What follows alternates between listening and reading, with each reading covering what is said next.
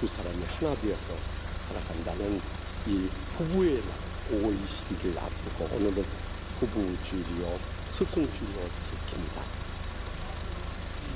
가정에 있어서 가장 중요한 중심은 부부가 행복해야 연로하신 부모님께도 효도하고 사랑하는 자녀들도 감동적으로 잘 양육할 수 있기 때문입니다.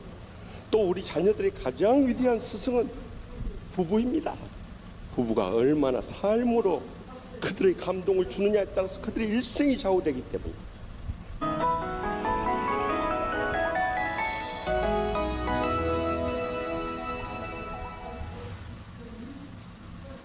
5월 가정의 달에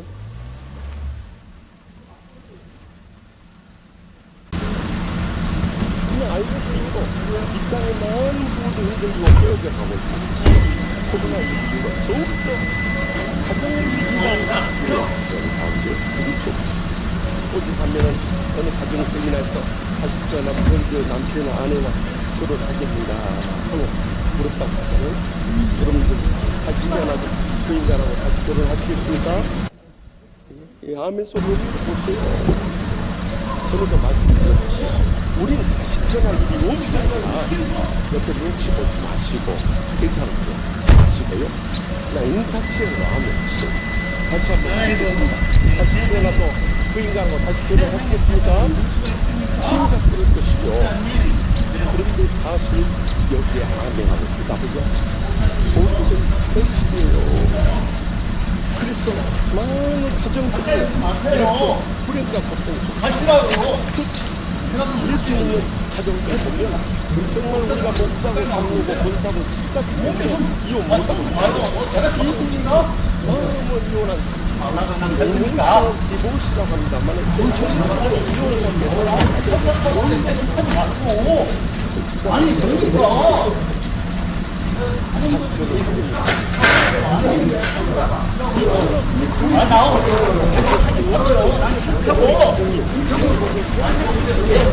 이 시간 같은 것이 이전 말씀을 다 읽겠습니다. 아브라함이 자기 집 모든 소유를 맡은 늙은 종에 이르되 청하건대 내 허벅지 밑에 내 소유를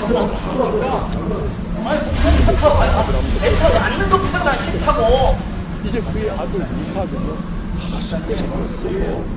그래서 결혼해서 손주를 봐야 할 이런 나이가 되었기 때문에 그의 집의 모든 소유를 관리하는 종인 다메섹 사람 엘리에셀을 불러서요 그의 허벅지 밑에 손을 넣으라고 합니다.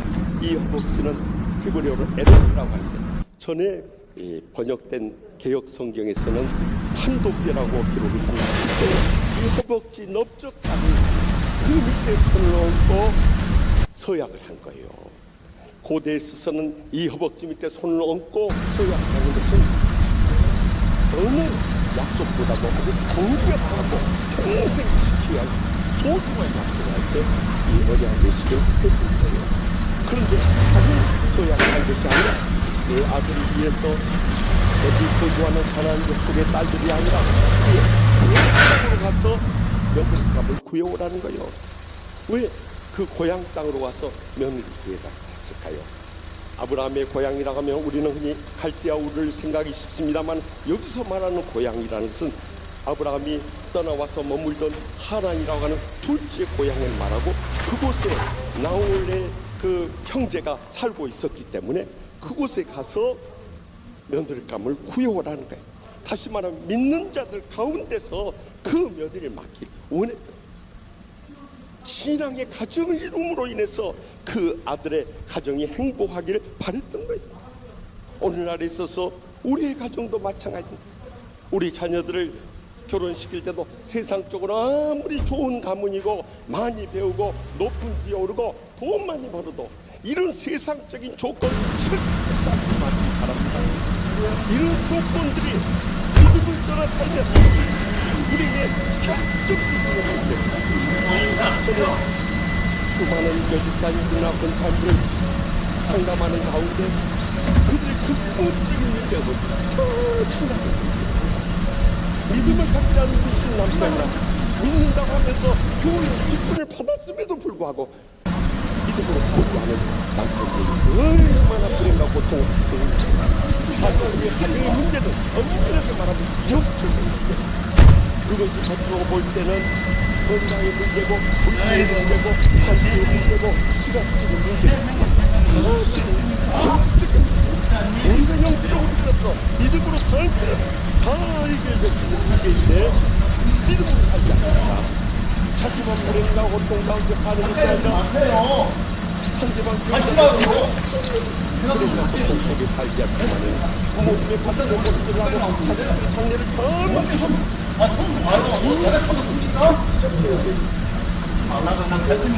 그래서 저는 이런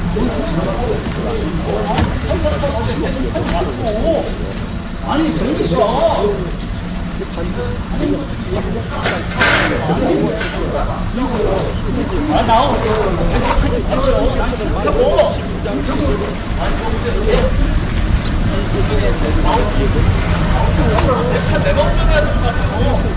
그때 당시 이 남자들이 여자들을 그냥 마음에 안 든다고 막 내쫓아면서 이혼을 시켜버리니까 그들을 보호하는 사람입니다. 그런데 고린도전서 1장 15절에서 주님께서 말씀하신 혹 믿지 아니한 자가 달리거든 달리라 형제나 자매나 이런 일 구해줄 것이 없느니라. 여러분 하나님께서는 불신 단용을 해서 지옥같이 평생 사는 것을 우리를 벌어주지 않은 거예요. 그러나 하나님은 화평 중에 의를 주신다. 우리 가정이 화평하게 회복되기를 원하세요.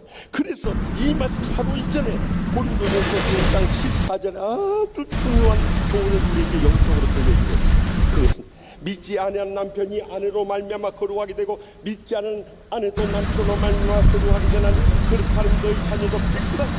그러나 이제 아멘. 이 말씀의 뜻은 아무리 강팍하고 완악한 믿지 않은 남편이라는 것 거룩한 아내의 그 확실한 믿음과 사랑의 성공과 인내 속에서 언젠가는 그들을 거룩하게 변화시킨다는 것. 그렇지 않으면 자식들 앞길까지 탈망쳐버리지만 거기 마지막에 그러나 이제 거룩합니다. 희망적인 메시지를 우리에게 들려주고 있는 거예요. 그렇기 때문에 어떤 불행 속에서도 우리가 낙심하지 말아야 할 이유가 바로 여기에. 그래서 우리가 살아계신 주님을 믿고 확실한 믿음 가운데서 끝까지 인내하면서 사랑으로 섬기고요. 그런 가운데 마음이 점점 열어질수록 제가 우리 주의종단 때 약수터 목회를 하라고 합니다만 여러분 가정에서도 약수터 사역을 해야 됩니다. 약수터에 가면 물은 한 방울씩 떨어지만 아무리 강파하고 하나 심령도 다 녹여버리듯이 여러분 남편들도 언젠가는 녹아지고 뚫어지고 변화되는 역사를 체험하게 될 것입니다. 그래서 끊임없이 사랑으로 섬기면서 대화로 소통하면서 그들을 감동시켜서 믿으며 함께 세워야 삶을 아브라함의 종 엘리에셋이 그 하란 땅에 가서 며느리감을 구했을 때 그 며느리 헤브론까지 너무 멀어서 시집 못 가요 해버리면 어떻게 하냐고요. 그러면 아들 이삭을 데리고 와서 그곳에서 결혼시켜 살아야 되지 않습니까? 이렇게 물었을 때 아브라함은 하나님의 약속의 말씀을 떠올린 거예요. 하나님께서는 분명히 약속의 아들을 언약하셨고 또 그뿐만 아니라 약속의 땅을 주신다고 말씀하셨고 지금 하나님 땅에 들어갔고 다시 옛날로 돌아갈 수 없다는 거예요.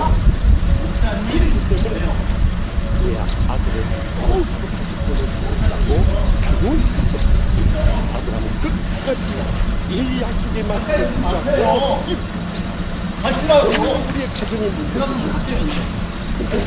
하나님의 말씀을 떠나면서부터 불행과 고통이 쌓였습니다. 우리의 가정의 불행의 근본적인 원인을 보면 가정의 첫 출발을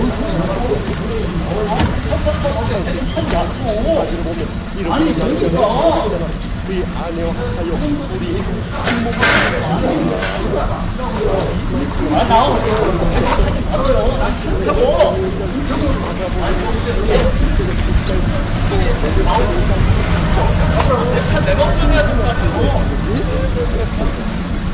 그런데 우리는 유교의 방식대로 여자가 부모를 떠나 시집을 가버려요. 거기서부터 시집살이가 있다고 고백이 터져나오고 애들이 앉는 것부터 나 싫다고. 못하는 거예요. 그러므로 우리 부부가 사창문제야. 남편들이 먼저 그 부모를 지리적으로 떠나야 되고 정신적으로 떠나야 되고 정치적으로 떠나야 되고 영적으로 흘러서고 해야 되는 것입니다. 더 나아가서 연합한다는 서로의 부족함을 자신의 장점으로 덮어주고 붙잡아주고 보완해 줘야 한다는. 그럴 때 우리는 신체적으로 정신적으로 영적으로 한몸 되는 행복을 누릴 수 있다. 결국 우리의 불행은 하나님 말씀대로 살지 못한 데서 모든 불행이 싹트고 만다는 거예요. 지난 금요일에는 스승의 날에서 늘 그러듯이 매년 이제 스승의 날에 저를 가르쳐준 강릉 신학대학원 은사 교수님들 4분 모시고 식사 드렸습니다. 그중에 그 교수님이 그 말씀이죠.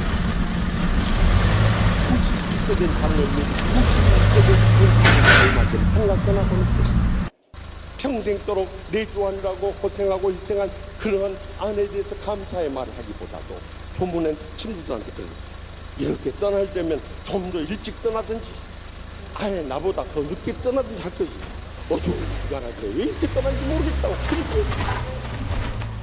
그 말이 뭔 말인지 아직 이해가 안 되세요? 그러니까 일찍 떠나서 세상 같을 수 있다 했든지 할 것이지 어중간하게 떠나가지고 90세 넘어서 어떻게 세상 같을 수 있겠냐는 거예요. 제가 그래서 그 말을 받아서 이렇게 말씀드렸어요. 그런 마음 가지고 사니까 그렇게 어중간하게 떠나버리죠.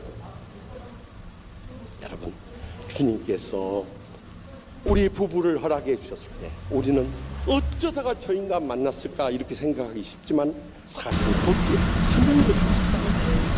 늘 제가 말씀드립니다마는 한탕 안 하고 신앙심 없는 사람한테는 정말로 사는 영적인 사람 딱 주시고 성격 거칠고 사나운 사람한테는 성격 유순하고 인내한 사람 딱 주시고 생활력 없고 무능한 사람한테는 생활력 강하고 알뜰한 사람 딱 주시고 가정 안 돌보고 밖으로 노는 사람한테는 가정 지키고 끝까지 돌보는 사람 딱 잘 만난 거예요? 못 만난 거예요?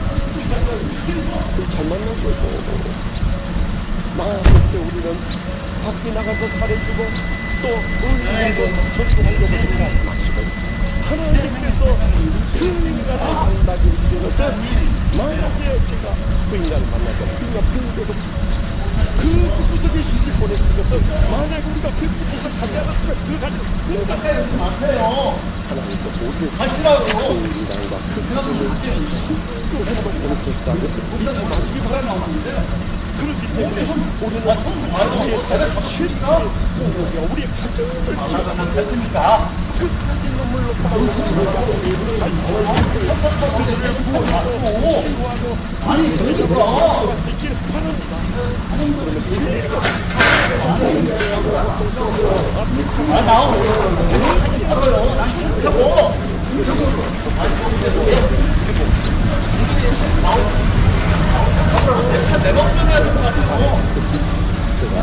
우리 주인 아브라함이 하나님이 여호와여 원하건대 오늘 나에게 순조롭게 만나게 하사 내 주인 아브라함에게 은혜를 주옵소서. 앉는 것부터 나 싫다고. 주인은 아브라함의 며느리감을 구하기서 주인의 낙타 10피를 이끌고 떠나가 이 며느리감에게 선물을 주기 위한 것이고 또 그 신부와 종들을 태워오기 위한 낙타였어요. 그런데 그 길이 얼마나 멀고 험한 길인지 몰라요. 헤브론에서 하란까지 약 700km. 여러분 이야기를 쉽게 표현한다면 서울에서 부산까지가 325km. 왕복보다 더 먼진 그 사막길을 아침 저녁으로 갔을 때 얼마나, 그것도 열흘 동안을 쉬지 않고 갔을 때 얼마나 지쳤겠어요. 그런데 나홀의 성인 그 하란에 이르게 되었을 때 그 넓은 속에서 어떻게 며느리감을 구하냐 이 말이 그 순간에 이 엘리에셀이 하나님께 기도한 것을 주목할 수 있게 바랍니다. 하나님 아버지, 나로 순조롭게 하셔서 제가 우물에 가서 나로 물 좀 마시게 해라 하고 그 우물가에 물길로 온 여인에게 말해서 그가 나에게 물만 주는 것이 아니라 우리 낙타들에까지 물을 주면 바로 그 사람이야말로 우리 주인의 며느리감인 줄 믿겠습니다. 그리고 주님 앞에 기도한 거예요.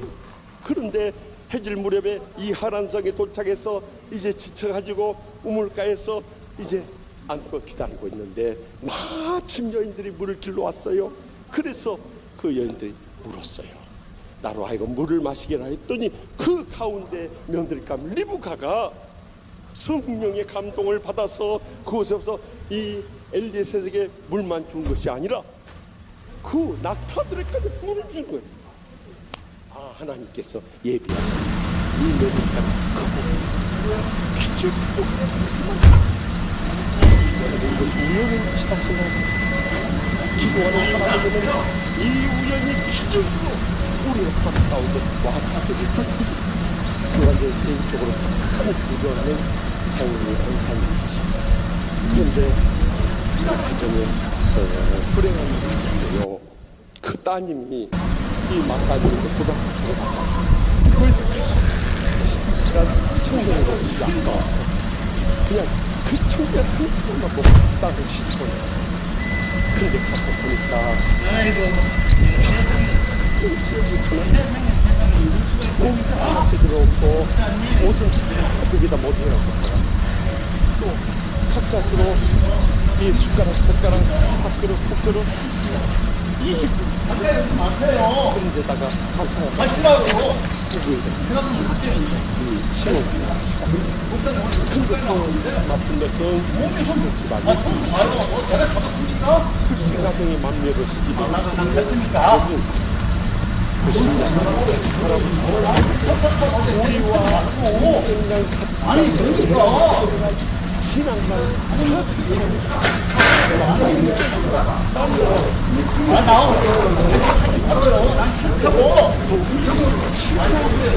이 말씀을 본 사람이 없습니까? 학교 보내학교 고등학교 대학교 전부 뒷바라지라 얼마나 피눈물 나는 고생을 하셨겠어. 시집가기 전에 애타도 않는 것보다 난 싫다고. 시집 가서 밑바닥 생활하고 있습니다. 너무 힘들고 어려웠고 친정이 전화 한 통 하시고 친정에 그 찾아가서 눈물을 흘릴 수도 없고 왜냐하면 가서 가슴 아프게 하면 친정 아버지 어머니 가슴에 못치러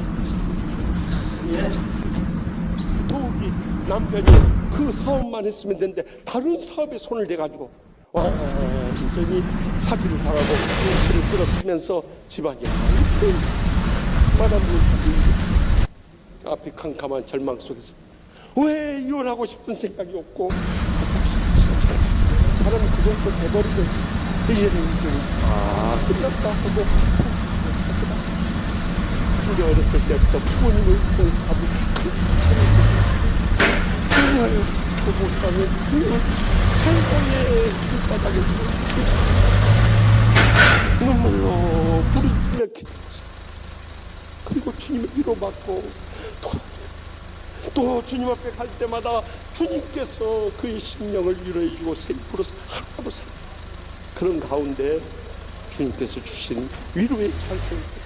그 찬송은 찬송가 384장 찬송이었어요.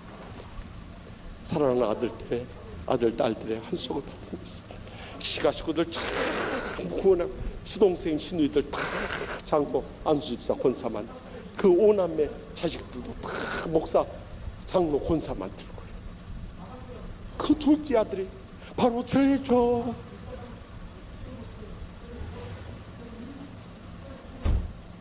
지난 주일이 저희 어머니의 일주기였습니다. 저는 우리 오남매 저희 교회 목사님이었어요. 말씀을 전하는데 무슨 말씀을 주시죠? 우리 어머니 일생을 가장 편한 말씀을 주시죠. 근데 제 가슴 속에 뜨거운 불이 받았는데 요한복음 14장 말씀이었어요. 내가 진실로 하나님 미리 땅에 떠져 죽지 않았다.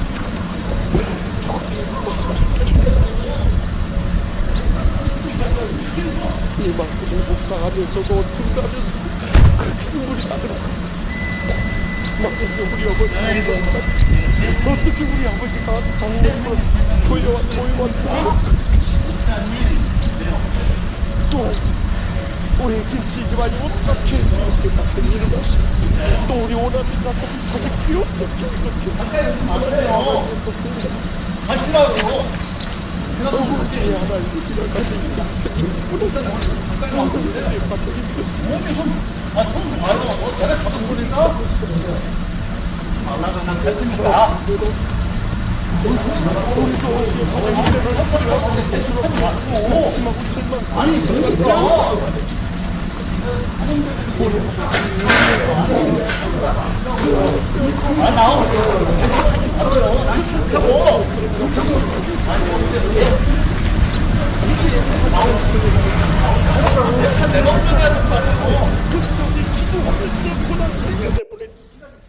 오늘 우리가 있음을 고백할 그날이 꼭 다가오게 될 줄 확신합니다. 대처 않는 것보다 난 싫다고.